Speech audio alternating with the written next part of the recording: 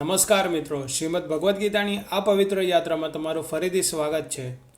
પાછલા ભાગમાં આપણે શ્લોક 11થી 15 સુધીનું યુદ્ધભૂમિનું વાતાવરણ, ભીષ્મ પિતામહનો શંખનાદ અને પાંડવોની બાજુએ કૃષ્ણ અને અર્જુનનો દિવ્ય શંખ કેવી રીતે ગુંજ્યો એ બધું ખૂબ જ રસપ્રદ રીતે સમજ્યું.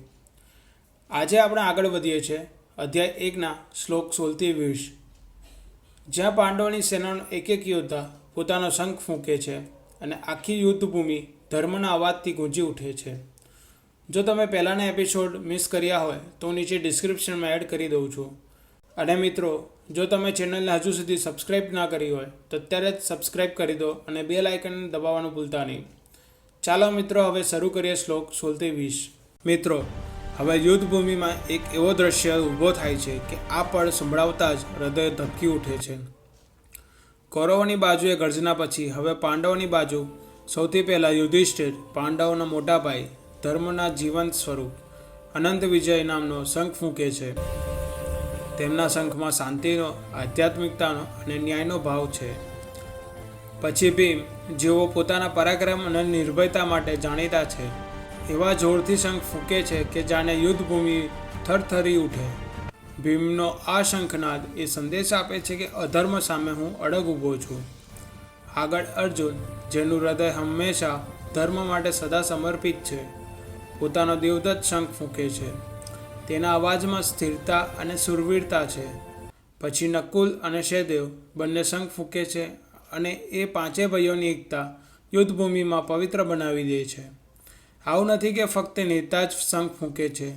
પાંડવોની આખી સેના, દેવગણો સમાન મહારથીઓ, સૈનિકો અને રથ યોદ્ધાઓ બધા મળીને શંખ ફૂંકે છે. આ અવાજમાં ફક્ત ધાતુનો નાદ નથી, પણ ધર્મની પ્રતિજ્ઞા, સત્યનો પ્રકાશ અને નિર્ભયતાની શક્તિ છે. કૌરવોની સેના ગુસ્સો, ગર્વ અને અસુરક્ષા સાથે ભરેલી છે. પાંડવોની સેના ધર્મ, સત્ય અને અડગ નિર્ભયતા સાથે ઊભી રહી છે. અને પછી આ બધું જોયા બાદ અર્જુનનું હૃદય હળવું થઈ જાય છે.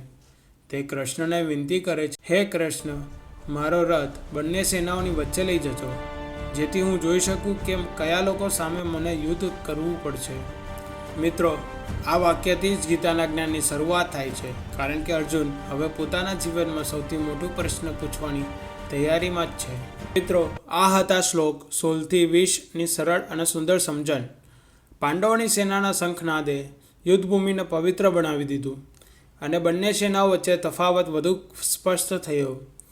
આગલા ભાગમાં આપણે જાણીશું કે અર્જુન પોતાના સ્વજનોને જોઈને કેવી રીતે ભારે મનોદશામાં ફસાઈ જાય છે અને એ જ પળેથી શ્રી કૃષ્ણનું દિવ્ય જ્ઞાન શરૂ થાય છે. જો તમને આગળનો એપિસોડ જોઈએ તો નીચે કમેન્ટમાં એપિસોડ 5 લખવાનું ભૂલતા નહીં. વિડીયો ગમ્યો હોય તો લાઈક કરજો, શેર કરજો અને ચેનલને સબસ્ક્રાઈબ કરવાનું ભૂલતા નહીં. જય શ્રી કૃષ્ણ.